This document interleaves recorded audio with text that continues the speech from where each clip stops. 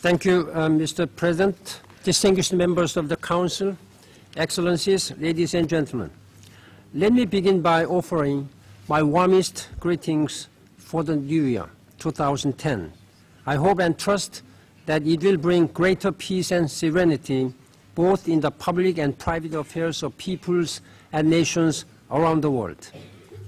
I welcome the new members of the Council, Bosnia and Herzegovina, Brazil, Gabon, Lebanon, and Nigeria. I wish them a fruitful and distinguished tenure on the Council. I also wish to commend the contributions made by the Burkina Faso, Costa Rica, Croatia, Libya, and Vietnam for their contributions as non-permanent members of the Council during the last 2 years. Of course, I would like to congratulate the permanent representative of China on his assumption of the presidency of the Council for this month. Mr. President, Excellencies, I welcome this opportunity to brief the Council on the situation in Afghanistan. Following my remarks, Special Representative Kai Eide will provide an update. Last year was another extremely challenging period for Afghanistan and for international efforts to assist the government and its people. Difficult elections, deteriorating security, doubts about the current strategies of both the government and international community, all combined to produce further violence and uncertainty for a country facing immense challenges. There can be no doubt that Afghanistan will remain one of our main priorities in 2010. Let me focus on two aspects in particular. First, strengthening the role of the Afghan government, and second, coordinating international civilian efforts under the United Nations umbrella. The UN Assistance Mission in Afghanistan, UNAMA, and the UN Development Programme, UNDP, alongside other international organizations and bilateral representatives, played an instrumental role in helping the Afghan authorities to conduct last year's presidential and provincial council elections. The electoral process was problematic, to say the least. This should have been no surprise, given the security conditions and institutional limitations. Still, the elections did produce results that were ultimately accepted. Preparations for this year's parliamentary elections are expected to start soon. Should the government ask for UN assistance, and if the Security Council agrees, the United Nations is ready to support the process through technical assistance and institution building. More generally, we hope that the tremendous political energy released during last year's elections will now be directed towards forging a meaningful, realistic and renewed compact between the government of Afghanistan and its people. President Karzai's inaugural speech was encouraging. The priorities he set out reflect the real issues facing Afghan society: security, good governance, corruption, national security, and the need to expand cooperation with the country's neighbors so as to address drug trafficking and other cross-border threats to stability. President Karzai also made an explicit commitment to ensure measurable achievements, allowing for the start of a gradual transfer of responsibilities from international actors to Afghan institutions, particularly in the field of security. This is especially important given that conditions across the country have deteriorated further. While the violence was caused by a politically driven insurgency, it has also been exploited by criminal groups, drug traffickers, and others. There have been increased civilian casualties and greater risks for UNAMA and other Afghan partners.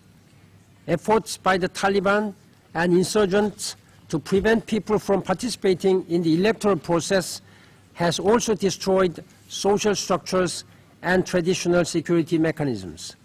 This insecurity remains the single biggest impediment to progress. Last year, about 3 times as many civilian deaths were attributed to anti-government elements as to pro-government forces. Most resulted from suicide attacks and improvised explosive devices, IEDs, used by anti-government elements or airstrikes by pro-government forces.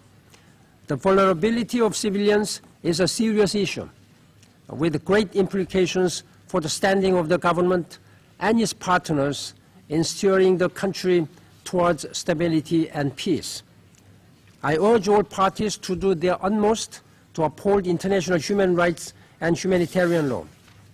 Mr. President, distinguished members of the Council, Excellencies, Afghanistan is at a critical juncture.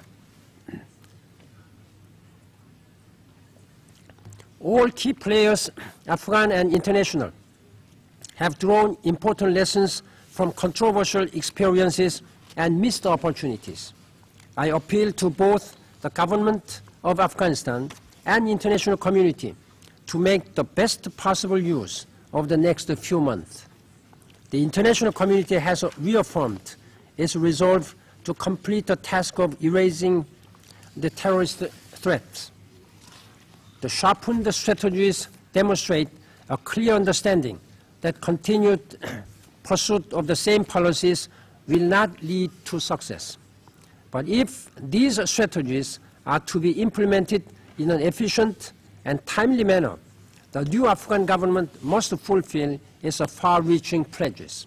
At the same time, the relationship between Afghanistan and its international partners must be re-evaluated.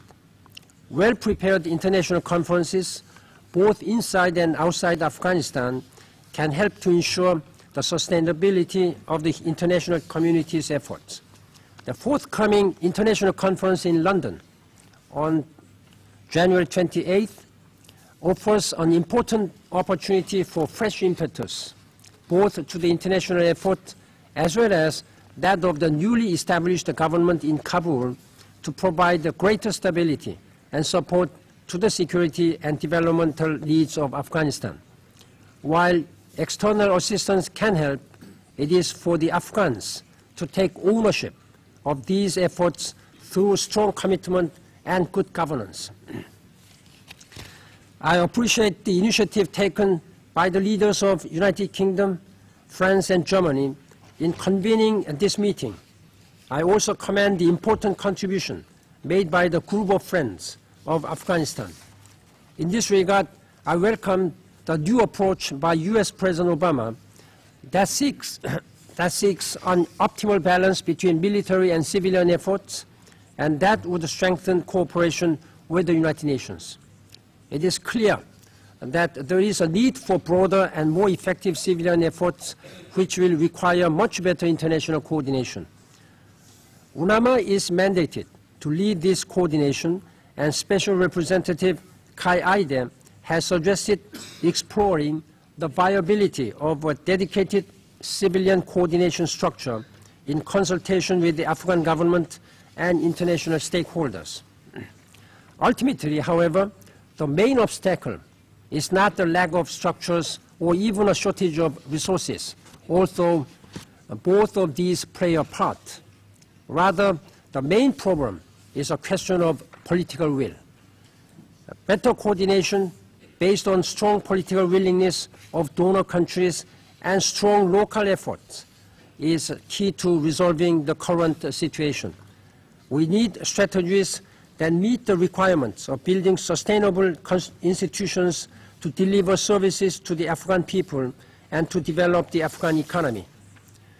Excellencies, at a time of increasingly challenging security conditions and more demanding political environment, our task is that much more difficult.